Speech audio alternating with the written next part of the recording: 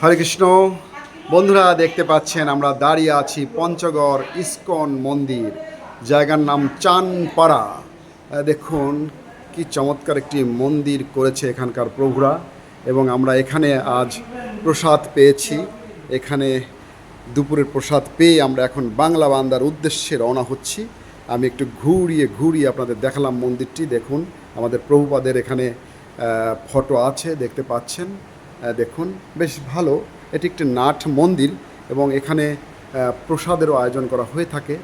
প্রতিদিন দুপুরে এখানকার ভক্ত এবং প্রভু যারা আছেন তারা প্রসাদ পেয়ে থাকেন। এবং এখানে রাজশ্রী মাও আছে, দেখতে পাচ্ছেন রাজশ্রী মা প্রসাদ পেয়ে একটু বিশ্রাম করছেন। আমরা ভেরি শর্টলি আমরা চানপাড়া লিভ করব, আমরা যাব। এখানে আমার পারুল দিদি বসে আছেন, পারুল মাতাজি। তিনি হচ্ছেন চমৎকার রান্না করেন, এত চমৎকার এত টেস্টি রান্না একদম। আপনি দিদি কিভাবে এত চমৎকার রান্না শিখলেন বলেন তো? কোনো ট্রেনিং আছে আপনার রান্নার ট্রেনিং কোথাও? ঢাকা বা কলকাতা থেকে কোনো ট্রেনিং নিয়েছেন? কোনো ট্রেনিং নেননি? আচ্ছা বন্ধুরা শুনলেন, দিদি কিন্তু কোনো ট্রেনিং নাই, কিন্তু তারপরেও আজকে যে ধোকা খাওয়াইলেন আমাদের, এই ধোকা, হ্যাঁ রান্নাটা এত ভালো হয়েছে যে অতুলনীয়, সত্যি হ্যাঁ অতুলনীয় ধোকা রান্না করেছে এবং আমরা ধোকা খেয়েছি। তবে এই ধোকা কিন্তু সেই ধোকা নয়, এটা হচ্ছে খাবার একটি আইটেমের নাম। হ্যাঁ বেসিক্যালি কিন্তু ধোকা বলতে মানুষ বোঝে যে কাউকে ঠকানো, তাই না? কিন্তু আমরা যে ধোকা খেয়েছি এটি কিন্তু আসলে ঠকিনি। হ্যাঁ আমরা জিতেছি, এটি একটি খাবারের নাম। হ্যাঁ সুস্বাদু খাবার, একটি আইটেম, এটি রান্না করে খেতে হয়। তো রান্না মানে এটি সাধারণত ময়দা, তাই না? ময়দা দিয়েই তো করা হয়।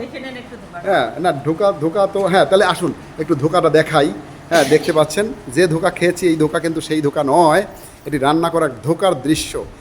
রান্না করা ধোকা যে কেমন হয় এই মানে রান্নার আইটেমটি একটু দেখাই। দেখুন আমরা খেয়েছি, এই হচ্ছে ধোকা। দেখুন কি সুন্দর দেখা যাচ্ছে, দেখুন দেখুন কত টেস্টি হয়েছে ধোকা। এটি হচ্ছে ধোকার মূল চিত্র দেখলেন। দেখুন বন্ধুরা দেখুন খুব ভালো লেগেছে। হ্যাঁ এটি মূলত আমরা সেবা করেছি, আজ প্রসাদ হিসেবে পেয়েছি এবং প্রভুরা এখন প্রসাদ পাবেন। তো হ্যাঁ এখনই পাবেন তারা, যদিও তাদের একটু লেট হয়েছে, তারা বাইরে গিয়েছিলেন কাজে। তো আপনাদের সকলের সুস্বাস্থ্য তো অবশ্যই কামনা করি, সেই সাথে আপনারা কিন্তু আমাদের জন্য আশীর্বাদ করবেন, প্রার্থনা করবেন এবং দোয়া করবেন যাতে আমরা নিরাপদে ঢাকায় ব্যাক করতে পারি।